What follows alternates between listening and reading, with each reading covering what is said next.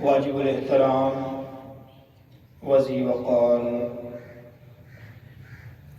عزیز طلباء کرام،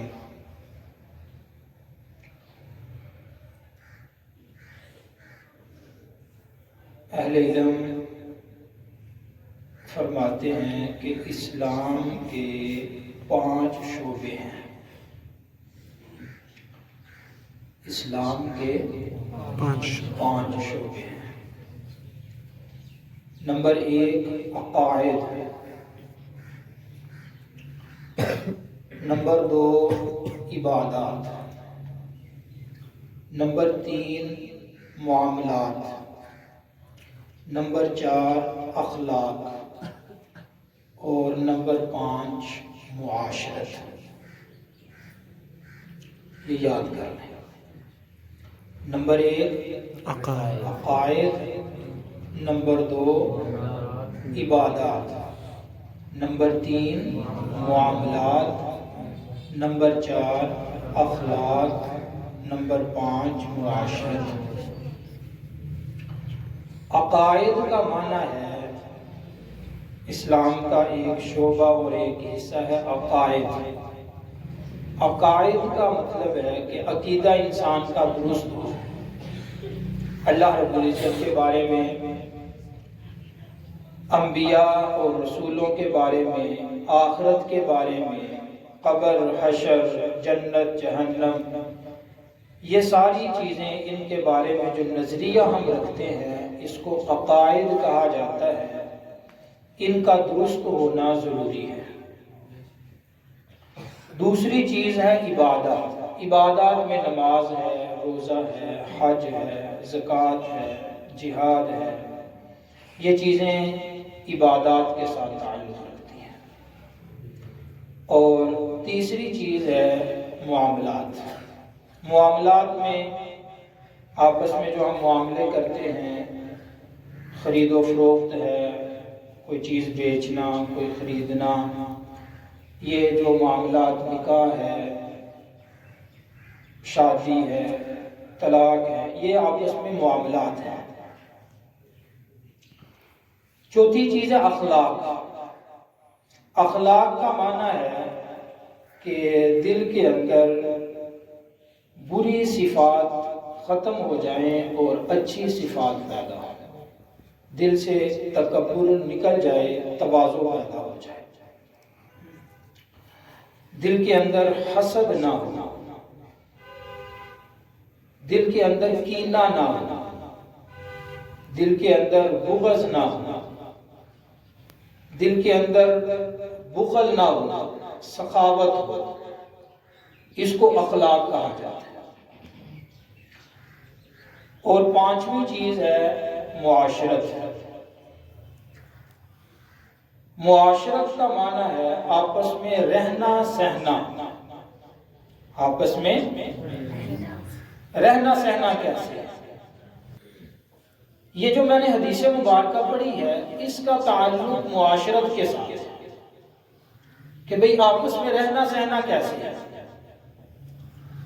ہر آدمی جو بھی دنیا میں زندہ ہے نا، اس کو دوسروں کے ساتھ رہنا ہوتا ہے۔ کوئی آدمی ایسا نہیں ہو سکتا کہ جو اکیلا بند کمرے میں رہے، اکیلا رہے، اس کو کسی کے ساتھ رہنا ہی نہ پڑے، نہ کسی سے گفتگو کرنی پڑے، نہ کسی سے بات چیت کرنی ہو، اکیلا بس ہو رہے، ایسا ممکن نہیں ہے۔ مل جل کر رہنا، اس کو اصطلاح میں کہتے ہیں کہ انسان مادنی الطبع ہے، اکیلا نہیں رہ سکتا، اس کو مل جل کر رہنا پڑتا ہے۔ یہ انسان کی ضرورت بھی ہے، فطرت بھی ہے۔ تو جب آپ مل جل کر رہیں گے تو آپ کی معاشرت کیسی ہونی چاہیے، اب کیسے رہیں گے؟ اس حدیث مبارکہ میں اس کے لیے ایک ضابطہ بیان کیا گیا ہے، اس کو آپ توجہ کے ساتھ سمجھ لیجئے۔ فرمایا المسلم من سلم المسلمون من لسانہ و یدہ۔ مسلمان حقیقت میں صحیح مسلمان وہ مسلمان ہے کہ جس کی زبان اور ہاتھ سے دوسرے مسلمان محفوظ رہیں۔ مسلمان وہ ہے کہ جس کے ہاتھ اور زبان سے دوسرے مسلمان کیا رہیں؟ محفوظ رہیں۔ جب ایک مسلمان کی زبان اور ہاتھ سے دوسرے مسلمان محفوظ رہیں گے تو اس کا مطلب ہوگا کہ اس کی زبان سے اور ہاتھ سے دوسرے کو تکلیف نہ پہنچے۔ محفوظ رہنے کا مطلب کیا ہے؟ کہ اس کی زبان اور ہاتھ سے کسی کو تکلیف نہ پہنچے۔ دوسرے مسلمان کو تکلیف سے بچانا یہ فرض ہے۔ یہ کیا ہے؟ ہر مسلمان پر فرض ہے کہ وہ دوسرے مسلمانوں کو اپنی تکلیف سے محفوظ رکھے، اپنی تکلیف سے بچائے۔ یہ ہر مسلمان پر فرض ہے، اور کسی مسلمان کو تکلیف میں مبتلا کرنا یہ مسلمان پر حرام ہے۔ اس کو کہتے ہیں ایذائے مسلم، مسلمان کو تکلیف پہنچانا۔ یہ کیا ہے؟ حرام ہے۔ مسلمان کو تکلیف پہنچانا کیا ہے بھائی؟ حرام ہے۔ کہ مسلمان کو تکلیف پہنچانا ایذائے مسلم یہ حرام ہے، یہ بہت بڑا گناہ ہے۔ ہم اس کو گناہ ہی نہیں سمجھتے۔ اب خود اندازہ لگائیں کہ ہم اپنی ذات میں تو چلو ٹھیک ہے، ہر آدمی یہ سمجھ رہا ہوتا ہے کہ میں کسی کو کوئی نقصان نہیں پہنچا رہا۔ اب دیکھیں ہمیں کس کس سے تکلیف پہنچ رہی ہے۔ جیسے ہم یہ سوچتے ہیں نا کہ یہ بھی مجھے تکلیف پہنچا رہا ہے، اسی طریقے سے دوسرے بھی ہمارے بارے میں یہی سوچ رہے ہوتے ہیں کہ یہ بھی ہمیں تکلیف پہنچا رہا ہے۔ حالانکہ دوسرے کو تکلیف میں مبتلا کرنا کیا ہے؟ حرام ہے۔ بالکل اسی طرح حرام ہے جیسے چوری حرام ہے، ڈاکہ حرام ہے، قتل حرام ہے، اسی طریقے سے مسلمان کو تکلیف پہنچانا بھی حرام ہے۔ ہم اس کو حرام ہی نہیں سمجھتے۔ شریعت کے اندر اس کی کتنی اہمیت ہے کہ ہم کسی کو تکلیف نہ پہنچائیں۔ شریعت کے اندر اس کی کتنی اہمیت ہے، اس کا اندازہ آپ اس بات سے لگائیں کہ حجر اسود کو بوسہ دینا، جب حج کے لیے جاتے ہیں نا یا عمرے کے لیے جاتے ہیں تو وہاں ایک بیت اللہ کے ایک کنارے میں ایک نکر پہ نا ایک پتھر ہے کالا سا، تصویر آپ نے سب نے دیکھی ہوگی، اس کو حجر اسود کہتے ہیں۔ وہ جنت سے پتھر آیا تھا، جب آیا تھا تو سفید تھا، تو لوگ حج کے لیے عمرے کے لیے جاتے ہیں، اس کو بوسہ دیتے ہیں، چومتے ہیں تو وہ گناہوں کو چوس لیتے ہیں۔ لوگوں کے گناہ چوس چوس کے نا اب وہ پتھر کالا ہو چکا ہے۔ اب وہ پتھر کیا ہو چکا ہے؟ کالا۔ اس کو اس لیے حجر اسود کہتے ہیں، کالا پتھر۔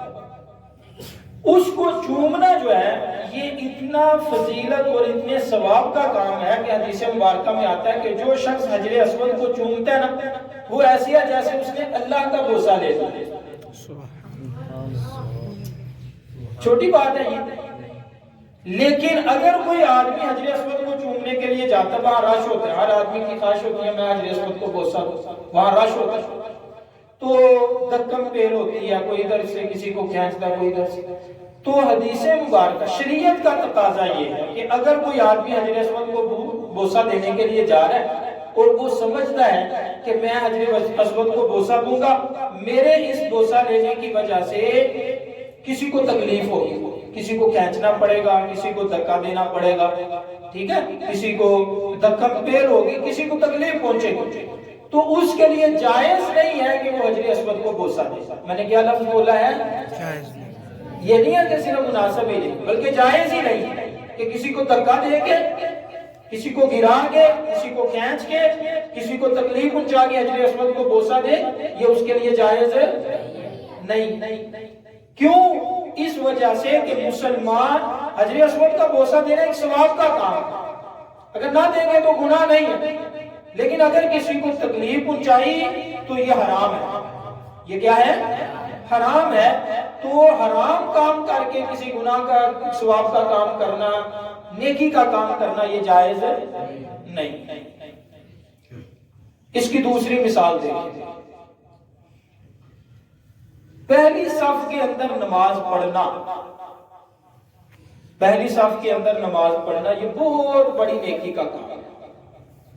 اس کا اندازہ آپ ایسے لگائیں کہ حدیث مبارکہ میں آتا ہے، آپ صلی اللہ علیہ وسلم نے فرمایا ان اللہ و ملائکتہ یصلون علی الصف الاول، بے شک اللہ اور اللہ کے فرشتے پہلی صف والوں پر رحمتیں بھیجتے ہیں۔ اللہ تعالیٰ رحمتیں نازل کرتے ہیں پہلی صف والوں، فرشتے اس کے لیے دعا کرتے ہیں۔ اب یہ والا جملہ قرآن پاک میں نبی پاک صلی اللہ علیہ وسلم کے لیے آیا ہے، ان اللہ و ملائکتہ یصلون علی النبی، کہ اللہ اور اللہ کے فرشتے نبی پاک صلی اللہ علیہ وسلم پر رحمتیں بھیجتے ہیں۔ جو فضیلت نبی پاک صلی اللہ علیہ وسلم کے لیے آئی ہے، انہی الفاظ کے ساتھ پہلی صف کے لیے بھی فضیلت آئی ہے کہ ان اللہ و ملائکتہ یصلون علی الصف الاول، پہلی صف والوں پر اللہ اور اللہ کے فرشتے کیا کرتے ہیں؟ رحمتیں بھیجتے ہیں۔ یہ چھوٹی بات ہے۔ حدیث مبارکہ میں فرمایا کہ اگر پتہ چل جائے کہ پہلی صف میں نماز پڑھنے کا کتنا بڑا ثواب ہے تو تم لڑو، جھگڑا کرو، اس میں تم قرآن اندازی کی جائے کہ پہلی صف میں میں نے کھڑا ہونا ہے، میں نے کھڑا ہونا ہے، اتنا ثواب۔ لیکن حکم یہ ہے، آپ صلی اللہ علیہ وسلم نے فرمایا کہ اگر کوئی آدمی پہلی صف میں کھڑا ہونے کے لیے آ رہا ہے لیکن وہ دیکھتا ہے کہ جگہ تنگ ہے، جگہ کیا ہے؟ تنگ ہے، جگہ تھوڑی ہے، اگر میں پہلی صف میں کھڑا ہو گیا نا تو کسی کو تکلیف پہنچے گی، جگہ تنگ ہے، سارے لوگ تنگ ہو جائیں گے، تو اس کے لیے حکم یہ ہے کہ وہ دوسری تیسری صف میں نماز پڑھ لے۔ آپ صلی اللہ علیہ وسلم نے فرمایا یہ اگر دوسروں کو تکلیف سے بچانے کے لیے دوسری تیسری صف میں پیچھے نماز پڑھ لیتا ہے تو اللہ تعالیٰ اس کو پہلی صف میں نماز پڑھنے والوں سے دگنا ثواب عطا فرمائے گا، پہلی صف والوں سے بھی دگنا ثواب اللہ تعالیٰ اس کو عطا فرمائیں گے۔ کیوں؟ اس لیے کہ اس نے دوسروں کو کیا کر لیا؟ تکلیف سے بچا لیا۔ تو اب آپ کو سمجھ آ گئی کہ دوسروں کو تکلیف سے بچانا کتنا ضروری ہے، ہم اس کا خیال دیں۔ اب ہم اپنے آپ کو دیکھیں، ہمارے لیے اس میں کیا سبق ہے؟ ہمارے لیے پہلا سب سے سبق یہ ہے کہ ہم اپنی تکلیف سے اپنے اساتذہ کو بچائیں۔ کیا کریں؟ اپنے اساتذہ کو اپنی تکلیف سے پہلے نمبر پر یہ طالب علم کی ذمہ داری ہوتی ہے کہ وہ وقت پر سبق یاد کرے، محنت کرے، کلاس میں بیٹھ کے گپے نہ لگائے، باتیں نہ کرے، وقت ضائع نہ کرے۔ ان تمام باتوں سے اساتذہ کو تکلیف ہوتی ہے۔ جو آپ کے خیال خواہ ہیں نا، ان کو کیا ہوتی ہے؟ تکلیف ہوتی ہے، یار بچے وقت ضائع کر رہے ہیں، پڑھ نہیں رہے۔ اور پھر مدرسے کے جو اصول و ضوابط ان کی پابندی نہ کرنا، یہ بھی انتظامیہ کو، اساتذہ کو تکلیف پہنچانا ہے۔ آپ کو مثال کے طور پر یہ ہے کہ کہیں اذان ہوتی ہے، وضو کر کے صفوں میں بیٹھ جاؤ، صفوں میں شور نہ کرو، باتیں نہ کرو۔ آپ اس کے الٹ کرتے ہیں تو اس میں کیا ہے؟ اس میں اساتذہ کے لیے تکلیف۔ آپ اس کو گناہ نہیں سمجھتے بھئی، کوئی اس کو گناہ سمجھتے ہیں کہ ہم وقت پہ جو ہے نا وہ تیار ہو کے صف میں نہیں بیٹھے یا صف میں بیٹھ کے شور کر رہے ہیں، گپے لگا رہے ہیں، ہم اس کو سمجھتے ہیں گناہ؟ بھئی اس کو سمجھیں، ادھر میری طرف دیکھیں، یہ حرام ہے۔ یہ کیا ہے؟ اپنا وقت ضائع کرنا، کلاس میں بیٹھ کے گپے لگانا اور سبق دھیان سے یاد نہ کرنا، یہ عزائے مسلم میں آتا ہے اور عزائے مسلم حرام ہے۔ اس کو گناہ سمجھیں۔ جب گناہ ہی نہیں سمجھیں گے تو اسے بچیں گے کیسے؟ اس لیے میں آپ کو یہ سبق پڑھا رہا ہوں کہ بیٹا یہ بھی کیا ہے؟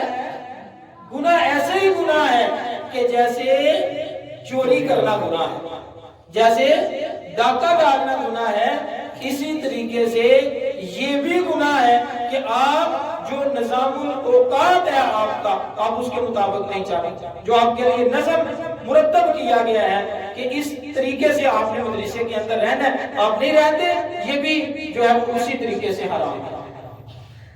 پھر اس کے بعد یہ ہے دوسرے نمبر پر، بھئی راستے میں جو ہے نا وہ گند ڈال دینا، کمرے میں گند ڈال دینا، سیڑھیوں میں گند ڈال دینا، جو ہے وہ مسجد کے اندر گند ڈال دینا یہ بھی دوسروں کو تکلیف پہنچانا ہے، ٹھیک ہے نا؟ یا آپ نے ٹافی کھائی یا وہ پاپڑ شاپڑ جو آپ کرتے ہیں اور اس کو سیڑھیوں کے اوپر ہی ڈال دیا، وہ ریپر جو ہے نا اس کو ادھر پھینک دیا، کمرہ ادھر صفائی والوں نے صفائی کی ہے اور آپ کمرے میں آتے ہیں، بستر ادھر سے اٹھایا ادھر رکھا ادھر پھینکا، سارا وہ گند ڈال دیا، یہ سارا یہ کیا ہے؟ یہ بھی ازائے مسلم ہے کہ نہیں؟ حدیث مبارکہ میں ہے کہ آپ صلی اللہ علیہ وسلم نے فرمایا کہ میں نے اپنی امت کے نیک اعمال دیکھے، ان میں ایک نیک عمل یہ تھا کہ راستے سے تکلیف دہ چیز کو ہٹا دینا۔ اچھا، ہم میں سے کتنے آدمی ایسے ہیں کہ جو سیڑھیاں چڑھ کے اوپر جا رہے ہیں ادھر یا ادھر والے، ٹھیک ہے نا، اور راستے میں کوئی ریپر پڑا ہوا ہو ٹافی کا، ٹھیک ہے نا، یا اس طرح کی کوئی اور چیز، کتنے آدمی ایسے ہیں کہ جو وہ اٹھا دیتے ہیں؟ میں تو دیکھتا ہوں صبح سے پڑا ہوا ہو شام تک وہاں کا وہیں پڑا ہوتا ہے، کسی کو یہ توفیق نہیں ہوتی کہ ہم یہ اٹھا دیں، اٹھا کے نا اس کو کچرا دان میں وہ جو رکھی ہوئی ہے بالٹی کوڑے والی اس میں ڈال دیں، کتنی دیر لگے؟ بھئی یہ نیکی کا کام ہے۔ آپ نے فرمایا کہ جو میں نے اپنی امت کے نیک اعمال دیکھے نا ان میں ایک نیک عمل یہ بھی تھا کہ راستے میں کوئی تکلیف دہ چیز ہے اس کو اٹھا دینا، اور یہ کتنی بڑی نیکی ہے، بڑی اہم بات میں آپ کے سامنے کرنے لگا ہوں، بہت توجہ کے ساتھ سنیے۔ حدیث مبارکہ میں ریاض الصالحین میں علامہ نووی رحمۃ اللہ علیہ نے اس حدیث کو نقل کیا ہے، آپ فرماتے ہیں آپ صلی اللہ علیہ وسلم نے فرمایا پہلے امتوں میں ایک آدمی تھا، وہ راستے میں جا رہا تھا تو اس نے راستے میں دیکھا کہ ایک درخت ہے اور درخت کی ایک ٹہنی بڑی ہوئی ہے اور راستے کے اندر ہے، لوگ راستے میں چلتے ہیں نا تو وہ آگے ٹہنی ہے بریک سی تو وہ کوئی سیدھے نہیں جاتے، وہ ادھر سے ہو گیا سے گزر جاتے، تو وہ لوگوں کو تکلیف ہو رہی ہے، سیدھا جانا ہوتا ہے تو وہ تھوڑا بچ کے نا وہ راستہ بدل کے جاتے ہیں۔ تو اس آدمی نے کیا کیا؟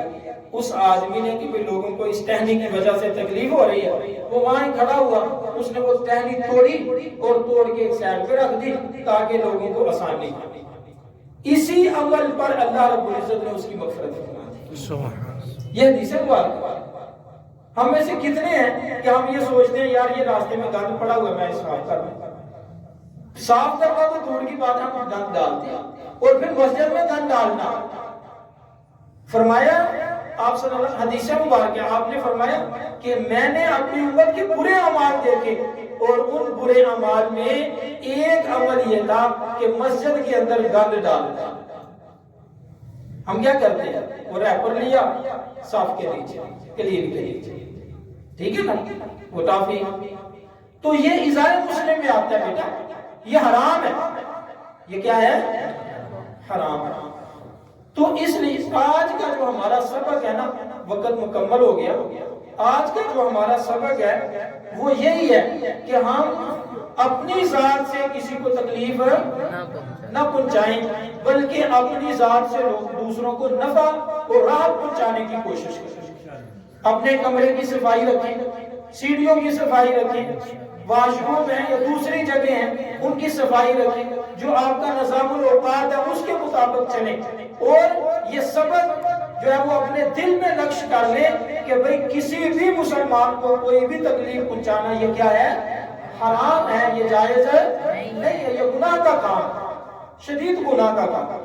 اس سے ہمیں مجھے بھی اس سے بچنے کی ضرورت ہے، ہم سب کو اس سے بچنے کی ضرورت ہے۔ میرے لیے بھی دعا کریں اللہ رب العزت مجھے بھی اس پر عمل کی توفیق عطا فرمائے اور ہم سب کو اس پر عمل کی توفیق عطا فرمائے۔ وآخر دعوانا الحمدللہ۔